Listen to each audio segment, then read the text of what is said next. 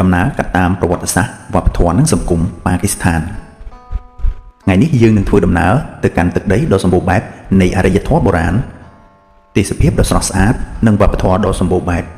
យើងនឹងរុករកប្រវត្តិសាស្ត្រដ៏យូរលង់ភូមិសាស្ត្រដ៏ចម្រុះសេដ្ឋកិច្ចការរស់នៅប្រចាំថ្ងៃរបស់ប្រជាជន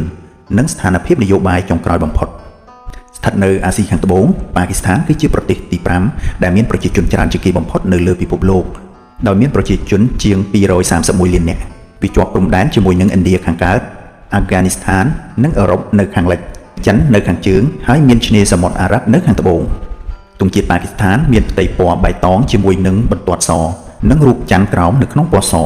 ដែលតំណាងឲ្យសាសនាអ៊ីស្លាមនិងសហគមន៍ជនជាតិភាគតិច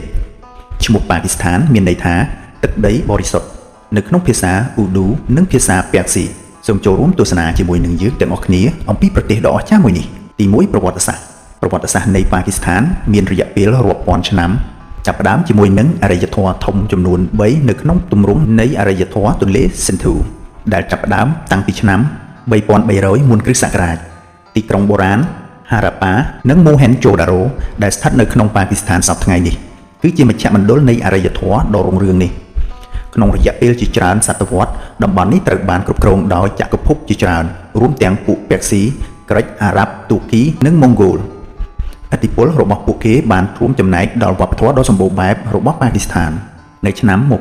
1857អង់គ្លេសបានចាប់ផ្ដើមមកគ្រប់គ្រងនៅលើឧបទ្វីបឥណ្ឌាបន្ទាប់ពីរយៈពេលនៃចលនាឯករាជ្យឧបទ្វីបត្រូវបានបែងចែកនៅឆ្នាំ1947បង្កើតជាប្រទេសឥណ្ឌានិងប៉ាគីស្ថានមូហាម៉ាត់អាលីជីណាដែលត្រូវបានគេស្គាល់ថាជាបិតានៃប្រជាជាតិបានដឹកនាំចលនាដើម្បីបង្កើតរដ្ឋមួយសម្រាប់ជនជាតិមូស្លីមនៅឧបទ្វីបឥណ្ឌា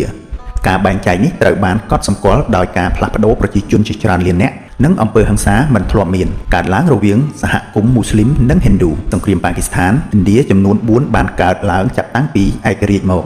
ឆ្នាំ1947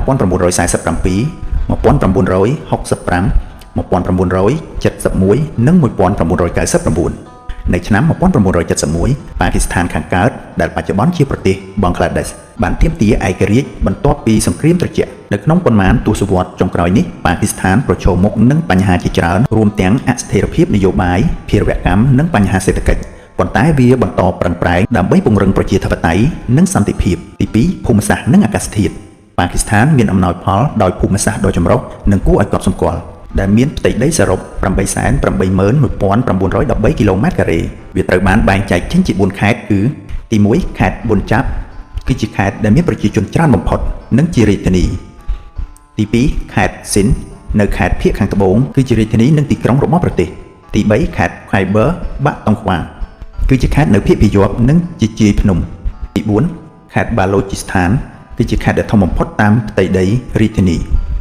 នៅភាគខាងជើងនៃប្រទេសអ្នកនឹងឃើញបណ្ដុំជួរភ្នំដ៏អស្ចារ្យរួមទាំងបណ្ដុំភ្នំហេម៉ាឡៃការ៉ាកូរ៉ាមនិងហិណ្ឌូកូស K2 ដែលជាកំពូលភ្នំខ្ពស់ជាងគេលំដាប់ទី2នៅលើពិភពលោកដែលមានកម្ពស់ 8,611 ម៉ែត្រស្ថិតនៅក្នុងបណ្ដុំជួរភ្នំការ៉ាកូរ៉ាមនៃប៉ាគីស្ថានក៏មានតំបន់វាលខ្សាច់ដ៏ធំធេងមួយដែរនៅប៉ាគីស្ថានកណ្ដាលនិងខាងត្បូងវាលខ្សាច់ធាគឺជាតំបន់វាលខ្សាច់ដ៏ធំមួយស្ថិតនៅក្នុងខេត្តសិនប៉ាគីស្ថានក៏មានឆ្នេរសមុទ្រប្រវែង 1000 គីឡូម៉ែត្រទល់ទៅនឹងសមុទ្រអារ៉ាប់ផងដែរទន្លេសិន្ធូគឺជាសរសៃឈាមរបស់ប្រទេសហូរតាមបណ្ដោយប្រទេសនិងផ្ដល់ទឹកសម្រាប់ប្រព័ន្ធធារាសាស្ត្រដ៏ធំរបស់ប្រទេសវាលទំនាបសិន្ធូគឺជាតំបន់កសិកម្មដ៏សម្បូរជីវជាតិមួយអាកាសធាតុនៅប៉ាគីស្ថានមានភាពខុសគ្នាយ៉ាងខ្លាំងពីសីតុណ្ហភាពខ្ពស់នៅស៊ីប៊ីនិងចាស្កូបាបាតអាចឡើងរហូតដល់ទៅ50អង្សាសេនៅរដូវក្តៅដល់សីតុណ្ហភាពបែបអាកាសធាតុត្រជាក់នៅតាមតំបន់ភ្នំភាគខាងជើងប្រទេសនេះមានរដូវចំនួន4យ៉ាងទៀងទាត់គឺរដូវរងាចាប់ពីខែធ្នូដល់ខែកុម្ភៈរដូវផ្ការីកចាប់ពីខែមីនាដល់ខែមេសារដូវក្តៅចាប់ពីខែឧសភាដល់ខែកញ្ញានិងសន្តិរដូវចាប់ពីខែតុលាដល់ខែវិច្ឆិកាទី3សេដ្ឋកិច្ចប៉ាគីស្ថានមានចម្រុះវិស័យប៉ុន្តែប្រឈមមុខនឹងបញ្ហាដ៏ធំមួយចំនួនដោយមាន GDP ប្រមាណ376,000 លានដុល្លារប៉ាគីស្ថានគឺជាសេដ្ឋកិច្ចដ៏ធំលំដាប់ទី24នៅលើពិភពលោកផងដែរប៉ុន្តែវាប្រឈមមុខនឹងអតិផរណាខ្ពស់បំណុលបរទេសច្រើននិងកំណើនសេដ្ឋកិច្ចយឺតវិស័យកសិកម្មភាគច្រើនទៅលើវិស័យសេដ្ឋកិច្ចដោយផ្ដល់ការងារដល់ប្រមាណ 39% នៃកម្លាំងពលកម្មនិងចូលរួមចំណែក 24% នៃ GDP របស់ប្រទេស ដំណាំសំខាន់ៗរួមមានស្រូវ កំបាស អំពៅ ត្រសក់ ដំឡូងបារាំង និងអង្ករប៉ាគីស្ថានគឺជាអ្នកដែលនាំចេញកំបាសដ៏សំខាន់មួយវិស័យផលិតកម្មគឺជាវិស័យកំពុងរីកចម្រើនមួយរួមចំណែកប្រមាណ 19% នៃ GDP វាយនភ័ណ្ឌនិងសម្លៀកបំពាក់គឺជាវិស័យដ៏សំខាន់ដោយប៉ាគីស្ថានគឺជាអ្នកនាំចេញសម្លៀកបំពាក់ធំជាងគេទី8នៅលើពិភពលោកវិស័យផ្សេងរួមមានក្រដាសប្រេងឆៅជីគីមីឱសថវាយនភ័ណ្ឌសិប្បកម្មនិម្មិតនិងថង់ប្លាស្ទិកវិស័យសេវាកម្មរួមចំណែកប្រមាណ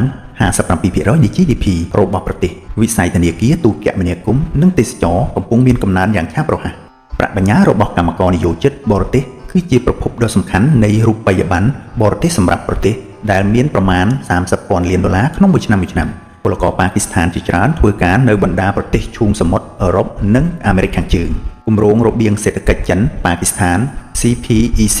គឺជាគម្រោងហេដ្ឋារចនាសម្ព័ន្ធដ៏ធំមួយដែលមានទឹកប្រាក់ជាង $62,000 លានដោយផ្ដោតទៅលើការកែលម្អហេដ្ឋារចនាសម្ព័ន្ធថាមពលនិងដឹកជញ្ជូនទី4ការរស់នៅរបស់ប្រជាជននិងវប្បធម៌ប្រទេសប៉ាគីស្ថានមានភាពចម្រុះផ្នែកជាតិសាសន៍និងវប្បធម៌ដោយមានក្រុមជនជាតិពិន្ទុជាច្រើនដូចជា Punjabi, Sindhi, Pashtun, Baloch, Mohaji និងផ្សេងៗជាច្រើនទៀតភាសាជាតិគឺជាភាសា Urdu ប៉ុន្តែភាសា Punjabi, Pashto, Sindhi និងអង់គ្លេសក៏ត្រូវបាននិយាយផងដែរសាសនាអ៊ីស្លាមគឺជាសាសនាប្រចាំរដ្ឋដែលប្រជាជនប្រមាណ 96% គឺជាមូស្លីម Sunni 85% ទៅ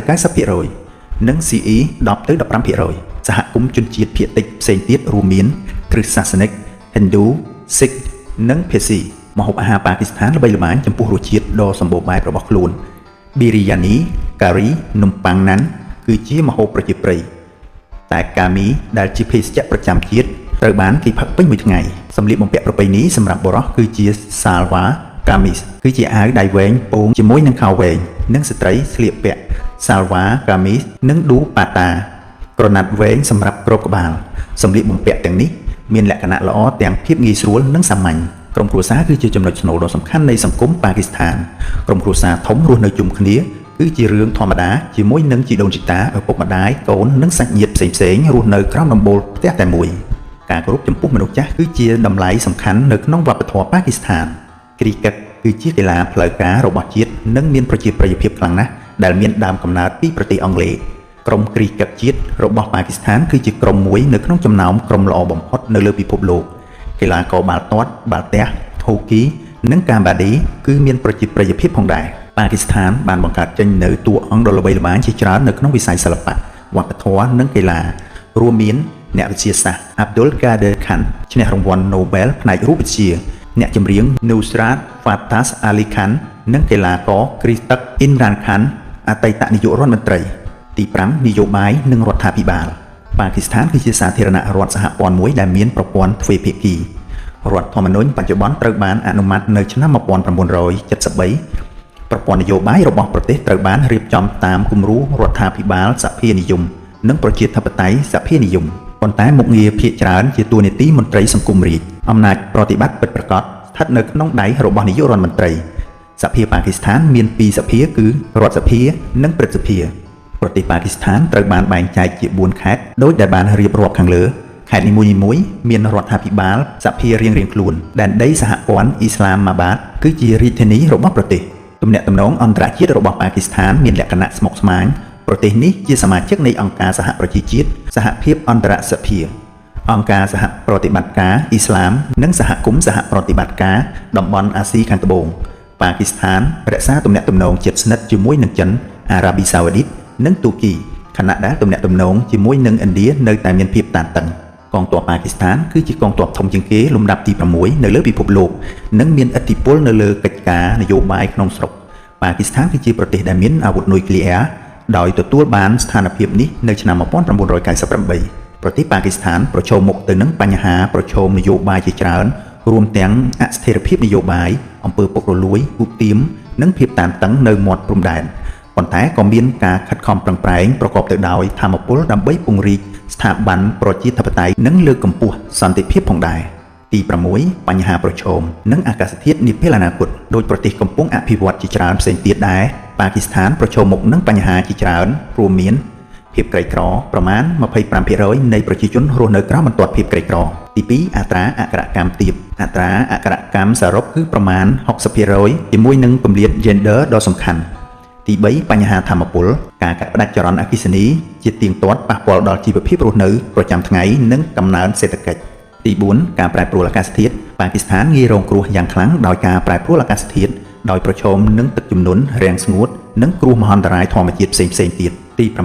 ប៉ាគីស្ថានគឺជាប្រទេសមួយដ៏អស្ចារ្យប្រកបទៅដោយប្រវត្តិសាស្ត្រដ៏សម្បូរបែបវប្បធម៌ចម្រុះនិងធនធានធម្មជាតិដ៏ស្រស់ស្អាតទោះបីជាប្រឈមមុខនឹងបញ្ហាជាច្រើនប្រជាជនប៉ាគីស្ថានបានបង្ហាញឲ្យឃើញនូវភាពធន់និងសេចក្តីក្លាហានដ៏អស្ចារ្យពីទីក្រុងបុរាណនៃអរិយធម៌ទន្លេសិនធូដល់កំពូលភ្នំខ្ពស់ៗនៃបណ្ដុំភ្នំការ៉ាកូរ៉ាមពីម្ហូបអាហារដ៏ឆ្ងាញ់ពិសា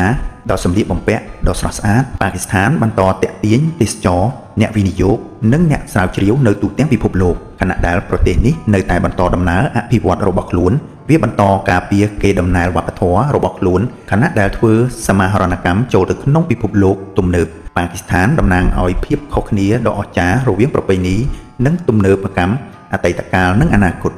សូមអរគុណចំពោះការចូលរួមជាមួយនឹងយើងក្នុងការធ្វើដំណើរទស្សនកិច្ចនៃប្រទេសប៉ាគីស្ថានទឹកដីនៃវប្បធម៌ដ៏សម្បូរបែបទេសភាពដ៏អស្ចារ្យនិងប្រជាជនដ៏រួសរាយរាក់ទាក់សូមអរគុណសូមជូនពរសំណាងល្អ